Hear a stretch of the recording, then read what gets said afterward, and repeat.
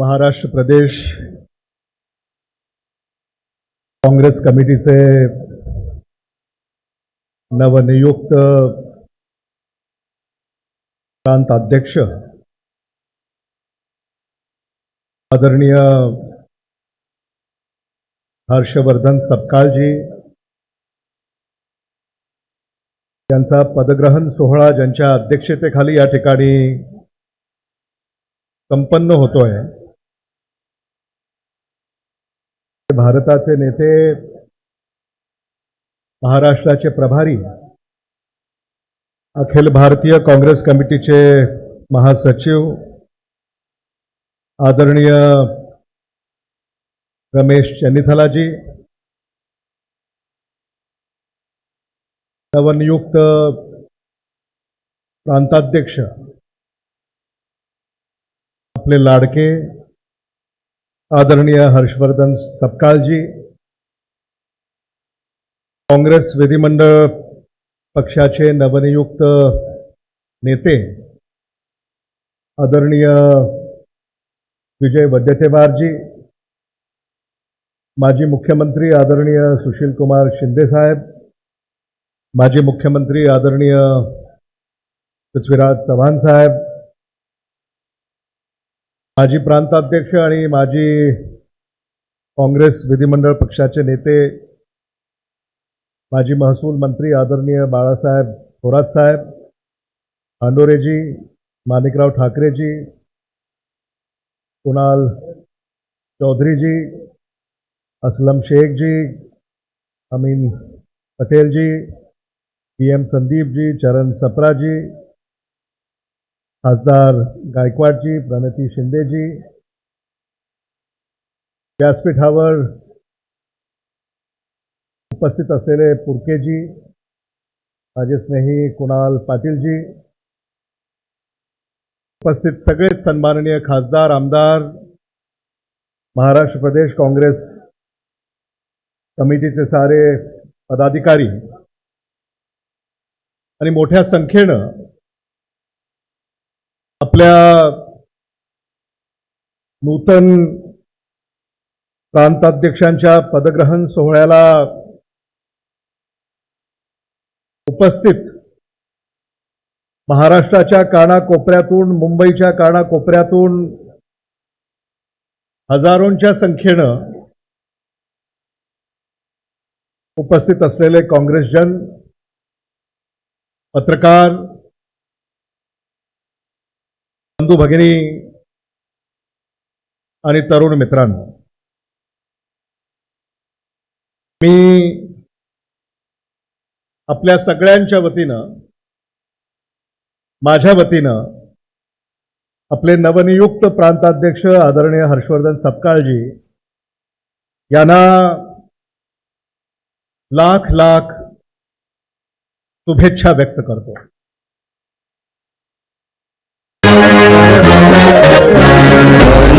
जी भारताच्या लोकसभेतील विरोधी पक्ष नेते, आपले नेते आदरणीय राहुल गांधीजी, आपल्या नेत्या आदरणीय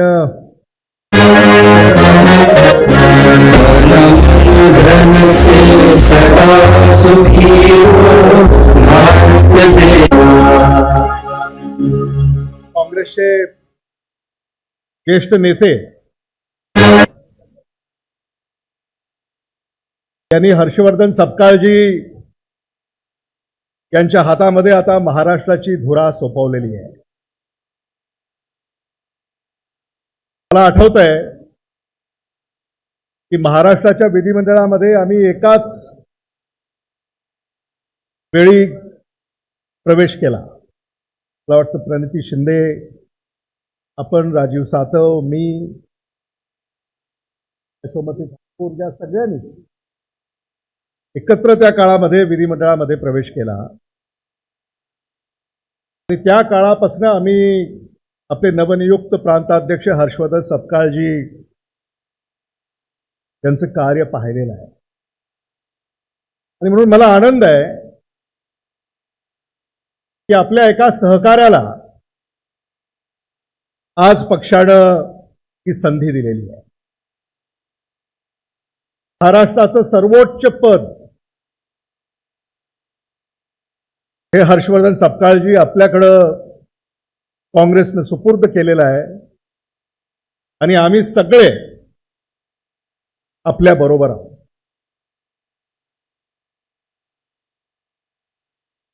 खरं म्हणजे गेली अनेक दिवस हे सगळं सुरू होतं. आपले नेते आदरणीय नानाभाऊ पटोलेजी यांनी राजीनामा दिला आणि त्यानंतर महाराष्ट्राचा प्रांताध्यक्ष कोण होणार याची चर्चा सुरू झाली आणि ती रंगत राहिली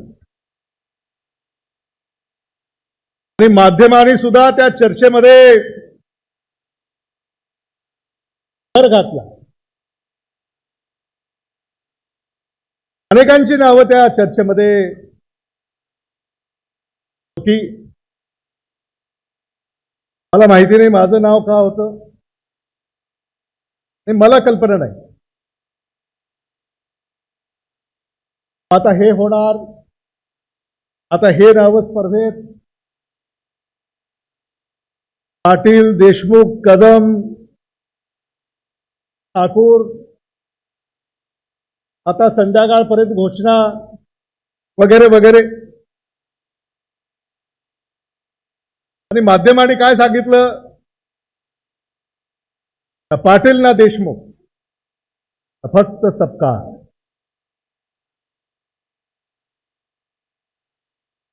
आणि याचा आपल्याला मनापासूनचा आनंद आहे. हर्षवर्धन सपकाळ यांचा जो राजकीय प्रवास आहे कदाचित आपल्याला माहित नसेल. या देशाचं नेतृत्व जे करतायत हर्षवर्धन सपकाळ काय आहेत हे त्यांना पक्क ठाऊक आहे. प्रकाश हांडोरेंनी सांगितलं, हांडोरे साहेब काय म्हणालात आपण, की राहुल गांधीजी यांच्या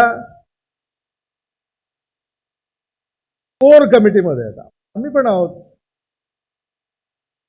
ते काय आहे की गैरसमज होऊ नये. काय आपल्याला प्रत्येकाला वाटत असतं ना की आपण आपल्या नेत्याच्या जवळ आहोत, असं वाटतं की नाही? प्रत्येकाला वाटतं, प्रत्येक कार्यकर्त्याला असं वाटतं की आपण आपल्या नेत्याच्या, आणि ते पाहिजे, तसं असलंही पाहिजे. आणि म्हणून हर्षवर्धन सपकाळजी यांनी नेतृत्व स्वीकारलेलं आहे, त्यांनी अधिकार आज स्वीकारलेले आहेत. नाही तर राहुल गांधीजी यांच्या जवळ आहेत, ते मल्लिकार्जुन खरगेजी यांच्या जवळ आहेत, ते रमेश चन्नीथलाजी यांच्या जवळ आहेत. नेत्यांचं लक्ष त्यांच्यावर आहे. आता तुमचं लक्ष आमच्यावर असलं पाहिजे.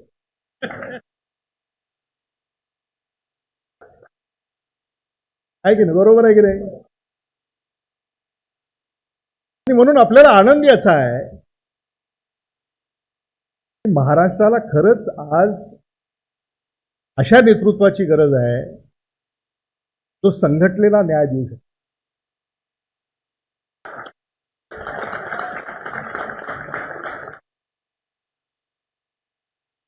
आणि ते आपल्या हातून घडेल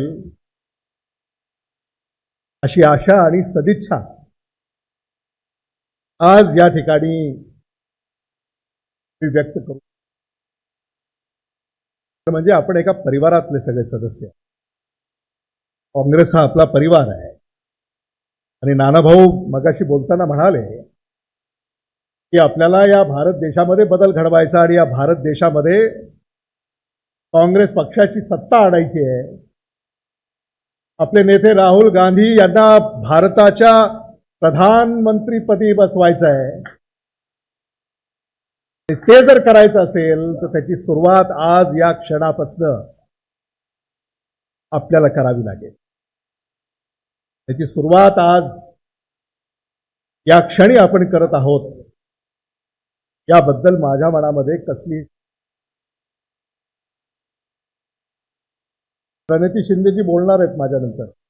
महिलांच्या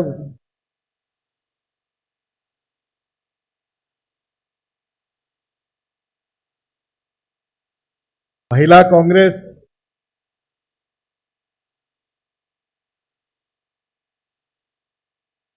त्याला आपल्याला कधीही विसरून चालणार नाही. आणि मी वर्षाताई गायकवाड यांची वाट पाहत होतो आणि आता त्या इथं आलेल्या आहेत आणि महिलांचा बुलंद आवाज भारताच्या सर्वोच्च सभागृहामध्ये मुंबई येथून बुलंद करण्याचं काम वर्षाताई गायकवाड या ठिकाणी करतायत, प्रणिती शिंदेजी या ठिकाणी करतायत, यशोमती ठाकूरजी या ठिकाणी करतायत, सगळ्याच. म्हणून महिला काँग्रेसनं कसली तक्रार करायची आवश्यकता आहे असं मला वाटत नाही. कारण या लोकसभेमध्ये महाराष्ट्रातनं कधी नव्हे तेवढ्या महिला खासदार म्हणून निवडून गेलेल्या आहेत. नाशिक, धुळे, यापेक्षा मी अधिक भाष्य करणार नाही. आज अनेक नेते या ठिकाणी आपलं मनोगत व्यक्त करणार आहेत. कुणाल पाटलांनी मला संधी उपलब्ध करून दिली त्याबद्दल कुणाल पाटलांचे मी मनापासून आभार व्यक्त करतो, कारण ते आमचे सख्खे मित्र आहेत आणि ते देखील येणाऱ्या काळामध्ये या पक्ष उभारणीमध्ये नक्कीच योगदान त्यांचं राहील याबद्दल माझ्या मनामध्ये कसली शंका नाही. मी आदरणीय विजय वडेट्टीवारजी आपलंही मनापासून या ठिकाणी कौतुक करतो आणि आपलंही अभिनंदन करतो. गेली अनेक वर्ष आपण काँग्रेस पक्षाचं नेतृत्व या राज्यामध्ये करताय. सत्तेमध्ये केलं, विरोधी पक्षामध्ये केलं आणि आज विधिमंडळातलं सर्वोच्च पद हे आपल्याकडे सुपूर्द करण्यात आलेलं आहे. आणि मला खात्री आहे की विधिमंडळामध्ये सर्वसामान्यांच्या प्रश्नाला वाचा फोडण्यामध्ये आपण कमी पडणार नाही.